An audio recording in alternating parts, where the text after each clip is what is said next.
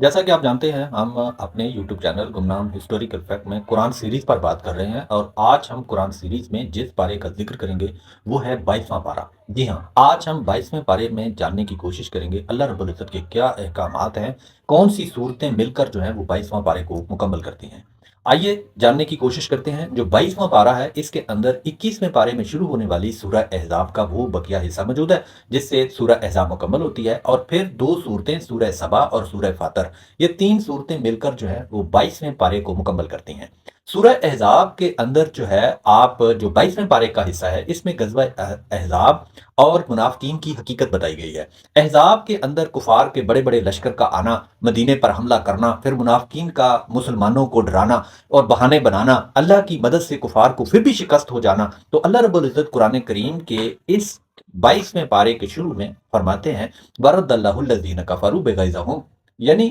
اللہ رب العزت نے ہی ان تمام چیزوں سے آپ کی مدد کی، اللہ نے آپ کو ان تمام چیزوں سے دور کیا اور آپ کو کامیابی بخشی تھی۔ اسی طریقے سے جو دوسرا اس کے اندر جو موضوع ہے سورہ احزاب جو 22ویں پارے کے اندر حصہ ہے وہ ہے نبی اکرم صلی اللہ علیہ وسلم کی ازواج مطہرات کے بارے میں۔ جی ہاں، وہاں پر ازواج مطہرات کے بارے میں ان کی عظمت کے بارے میں بات بھی ہوتی ہے کہ ازواج مطہرات کا مقام بتایا گیا، پھر ایک خصوصی حکم دیا گیا کہ عزت و احترام سے انہیں رکھیں، عزت و احترام کے ساتھ ان کے ساتھ سلوک کریں، اور ساتھ میں یہ بھی فرمایا کہ وما کان لکم ان تؤذوا رسول اللہ ولا ان تنکحوا ازواجہ من بعدہ۔ جی ہاں، یہ بالکل بھی اچھا نہیں، یہ آپ کو کوئی حق نہیں کہ آپ رسول اکرم صلی اللہ علیہ وسلم کو تکلیف دیں اور اللہ کے پیغمبر کے بعد آپ ان کی ازواج کے ساتھ جو ہے وہ نکاح کرنے کی کوشش کریں۔ تو یہ بھی منع کر دیا کہ آپ ایسا نہیں کر سکتے، کیونکہ وہ تمام جہانوں کے لیے امہات ہیں، مائیں ہیں، تو اس لیے ان چیزوں کا بھی خیال رکھنے کا حکم دیا گیا۔ اس کے بعد جو تیسرا بڑا موضوع ہے وہ ہے نبی اکرم صلی اللہ علیہ وسلم کی نبوت اور عام انسانوں کے اندر فرق بتا دیا گیا۔ جی ہاں، یہ فرق بتایا کہ نبی اکرم صلی اللہ علیہ وسلم کو آخری نبی قرار دے دیا گیا، پھر نبی علیہ السلام کی اطاعت کو اللہ کی اطاعت سے جوڑ دیا گیا کہ جو نبی اکرم صلی اللہ علیہ وسلم کی اطاعت کرتا ہے گویا کہ وہ اللہ کی اطاعت کر رہا ہے۔ تو اللہ رب العزت قرآن کریم سورہ احزاب اس 22ویں پارے میں یہ ارشاد فرماتے ہیں ما کان محمد ابا احد، تم میں سے حضرت محمد صلی اللہ علیہ وسلم کسی کے باپ نہیں ہے، ما کان محمد ابا احد رجالکم من رجالکم ولکن رسول اللہ و خاتم النبیین، وہ کسی بھی مرد کے باپ نہیں ہے، ہاں یہ ہے کہ وہ خاتم النبیین ہیں اور رسول ہیں۔ تو یہ یاد رکھیں کہ اس قرآن کریم کے اس 22ویں پارے کے اندر اللہ رب العزت کا بالکل واضح ارشاد ہے کہ یاد رکھیں اللہ کا پیغمبر جو ہے حضرت محمد صلی اللہ علیہ وسلم جو ہیں وہ خاتم النبیین ہیں، یعنی وہ آخری نبی ہیں، ان کے بعد کوئی نبی نہیں آئے گا۔ اس کے بعد جو ہے وہ دوسری سورہ شروع ہوتی ہے جسے سورہ سبا کے نام سے یاد کیا جاتا ہے۔ ویسے تو واقعہ سبا بھی بڑا مشہور ہے، لیکن آج ہم سورہ سبا کے اندر یہ بتائیں گے کہ اس کے اندر وہ کون سے موضوعات جو ہیں وہ بات کی گئی ہے۔ اس میں حضرت داؤد علیہ السلام اور حضرت سلیمان علیہ السلام پر کیے جانے والے وہ معجزات کا ذکر ہے جو قرآن کے اندر بتائے گئے ہیں۔ وہ کسے وہ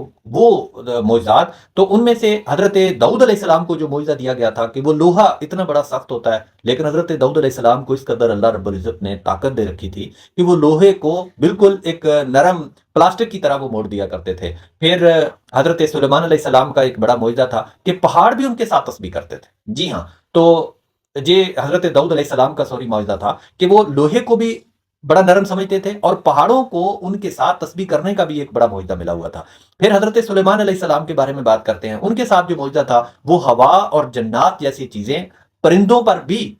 یعنی چرند پرند جو تھے وہ بھی ان پر جو تھا حضرت سلیمان علیہ السلام کو کنٹرول حاصل تھا۔ اللہ رب العزت کا ارشاد ہے قرآن کریم کے اندر وَلَقَدْ آتَيْنَا دَاوُدَ مِنْ فضل، یعنی ہم نے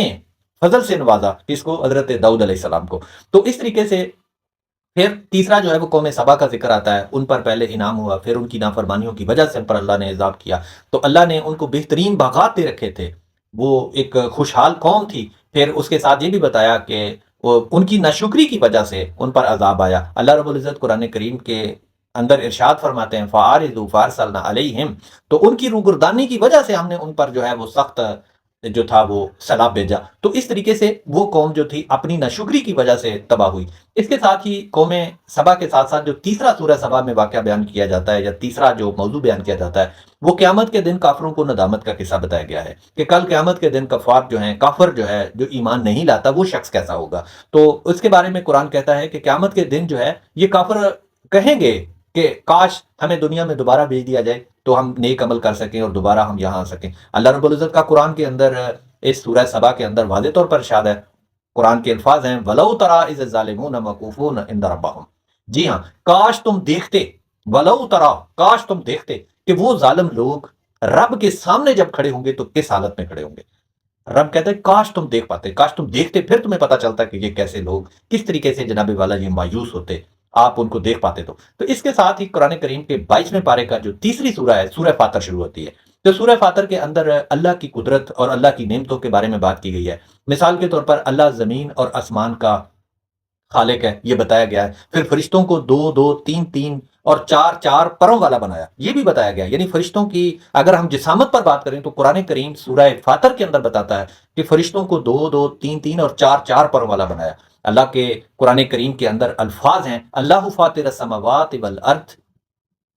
الملائکہ رسل اول اجنحہ مثنی و ثلاث و رباع، یعنی دو، تین اور چار پروں والا بنایا۔ تو اس طریقے سے پھر سورہ فاتر کا جو دوسرا حصہ ہے وہ شیطان کے دھوکے اور حق باطل کے فرق پر بات ہوتی ہے۔ اللہ رب العزت قرآن کریم کے اس سورہ فاتر میں واضح طور پر فرماتے ہیں کہ شیطان انسان کو گمراہ